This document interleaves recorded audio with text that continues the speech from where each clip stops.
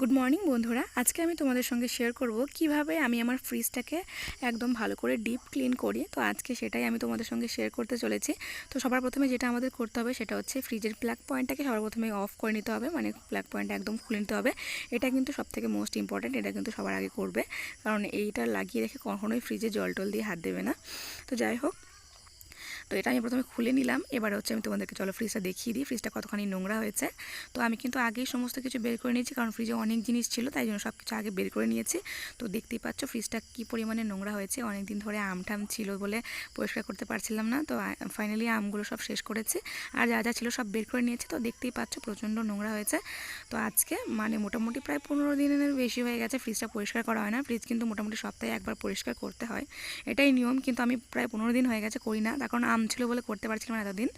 তো যাই হোক, এখন আমগুলো শেষ হয়েছে, তাই জন্য ফ্রিজটা আজকে পরিষ্কার করবো, ফাইনালি ঠিক করেছি। তো সবার প্রথমে হচ্ছে আমি সমস্ত তাকগুলো, মানে কাচের তাক যেগুলো হয় আর সেগুলো বের করে নিচ্ছি। আর যা যা আছে সবগুলো বের করে নেব, কারণ সবগুলো বের করে পরিষ্কার করলে সব থেকে ভালো হয়। তো যাই হোক, আমি মানে কাচের তাকগুলো আগে বের করে নিলাম, তারপরে সবজি রাখারটাও বের করে নিলাম। এবারে ডোরের মধ্যে যে বোতল রাখার ইয়েগুলো থাকে সেগুলোও খুলে নিচ্ছে। সব একদম খুলে নিয়ে গিয়ে তারপর আমি কলতলায় নিয়ে চলে যাব। এবার হচ্ছে এখানে আমি ভালো করে সবগুলো মেজে একবারে ঘষে ধুয়ে নেব। তো এখানে মাজার জন্য আমি নিয়েছি শ্যাম্পু, ডিটারজেন্ট পাউডার, আর নিয়েছি একটা লেবু। তো লেবুগুলোকে চেপে নিয়েছি ডিটারজেন্ট পাউডার আর শ্যাম্পুর সঙ্গে মিশিয়ে নিচ্ছে। এবার পুরোটাকে একসঙ্গে মিশিয়ে নিলাম। এবার একটা নরম কাপড় দিয়ে আমি খুব ভালো করে ঘষে ঘষে সবগুলোকে পরিষ্কার করব।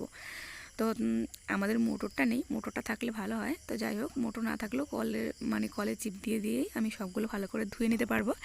তো যাই হোক, এবারে হচ্ছে আমি সবগুলো ভালো করে মেজে পরিষ্কার করছি। তোমরা দেখতে পাচ্ছ আমি কলতলায় বসে বসে সবগুলো মেজে পরিষ্কার করছি। প্রথমে ভেবেছিলাম এগুলো ঘরে বসেই পরিষ্কারটা করব, তারপর ভাবলাম ঘরটা শুধু শুধু একদম জলাকার হয়ে যাবে, তাই জন্য কলতলায় নিয়ে চলে এসেছি। তবে হ্যাঁ, এটা কিন্তু ভীষণ রিস্কি একদম, যেহেতু কাচের জিনিস হালকা হাতে করতে হবে, তা না হলে একটুখানি পড়ে গেলে কিন্তু এগুলো ভেঙে যেতে পারে কি ভেঙে যাবে অ্যাকচুয়ালি। তো আমি ভীষণ সাবধানে করছি। লোকে বলে যে মাটির জিনিস মাটির হাতে ধরতে হয়, আর এগুলো হচ্ছে কাচের জিনিস, এগুলো একদম কাচের হাতে ধরতে হবে। আমি সত্যি ভীষণ ভয়ে ভয়ে করছিলাম, বাই চান্স যদি একটা পড়ে ভেঙে যায় তাহলে অবস্থা শেষ। তো আমি প্রথমে মানে কাচের যে 3টে তাক ছিল সেগুলোকে আগে ধুয়ে নিলাম, ধুয়ে আগে এগুলোকে রেখে আসবো, তারপরে এসে প্লাস্টিকেরগুলো ধুয়ে নিচ্ছি, কারণ এগুলো তো কোনো সমস্যা নেই, হাত থেকে পড়ে গেলেও ভাঙবে না, কিন্তু কাচেরগুলো হাত থেকে পড়ে গেলে ভেঙে যেতে পারে। সে কারণে আমি কাচেরগুলো আগে ধুয়ে নিয়ে তো ঘরে রেখে এসেছি। এবারে এগুলো ধোয়া শেষ হয়ে গেছে। তো এগুলোকে এক সাইডে রেখে দিয়ে এবারে আমি যে পেস্টটা করেছিলাম শ্যাম্পু, ডিটারজেন্ট পাউডার আর লেবু দিয়ে, ওটা দিয়েই মানে ভালো করে আবার পুরো ফ্রিজটাকে একদম ঘষে ঘষে পরিষ্কার করে নিচ্ছি। ফ্রিজটা ভীষণ পরিমাণে নোংরা হয়েছিল, আমের কষ ভরে ভরে একেবারে অবস্থা খারাপ হয়ে গেছিলো।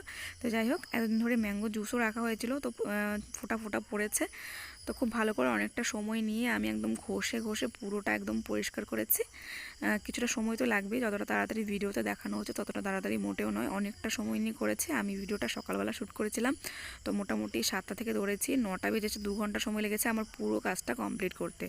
তো যাই হোক, এবার হচ্ছে আমার মাজা ঘষা শেষ হয়ে গেছে। এবার আমি ডোরগুলো জল দিয়ে ধুয়ে নিচ্ছি।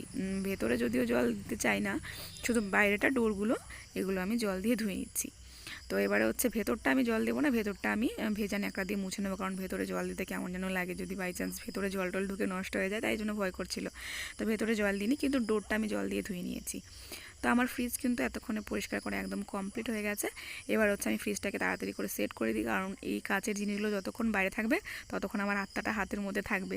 বাই চান্স বাচ্চা কাচ্চা ঘরের মধ্যে ঘোরাঘুরি করছে, কখন ভেঙে ফেলবে, তারপরে হয়ে যাবে আরেক যন্ত্রণা। তো এবারে হচ্ছে আমি সব কিছু সেট করে নিচ্ছি, কারণ কিছুক্ষণ পর হলো তো সেট করতেই হবে। তো এবারে হচ্ছে প্রথমে ফ্রিজের ভেতরটা কাচের তাকগুলো সেট করে নিলাম, এবারে হচ্ছে জলের বোতল টোতল রাখার এইগুলো সেট করে নিচ্ছি। তো আমার ফ্রিজ একদম কিন্তু ক্লিন করা কমপ্লিট হয়ে গেছে। তো তোমাদের কাছে কেমন লেগেছে ভিডিওটা জানিও, আর তোমরা কীরকমভাবে ফ্রিজ পরিষ্কার করো আমাকে জানিও। তো দেখতে পাচ্ছ ফ্রিজটা কিন্তু আমি একদম অন করে দিলাম, আর হচ্ছে বাইরের দিকটা আমি মাঝে মধ্যে কলিন দিয়ে পরিষ্কার করি, সে কারণে বাইরের দিকটা খুব একটা নোংরা হয়নি। তারপরেও যেহেতু ফ্রিজ পরিষ্কার করলামই, তাহলে আর বাইরেটা কেন বাকি থাকে, তাই একটা ভেজা ন্যাকড়া দিয়ে ভালো করে বাইরের দিকটা আমি মুছে নিলাম। তো আমার ফ্রিজ কিন্তু আজকের মতো পরিষ্কার করা কমপ্লিট। তবে হ্যাঁ, সাইডে যে গ্যাসকেটগুলো থাকে, রাবারের গ্যাসকেটগুলো, ওগুলো আমি কিছুদিন আগেই পরিষ্কার করেছিলাম বলে আজকে আর খুললাম না। তো ঠিক আছে বন্ধুরা, আজকের ভিডিওটা এই পর্যন্তই থাকলো, দেখা হচ্ছে নেক্সট ভিডিওতে। সবাই ভালো থেকো, thank you so much, ta-ta, bye by.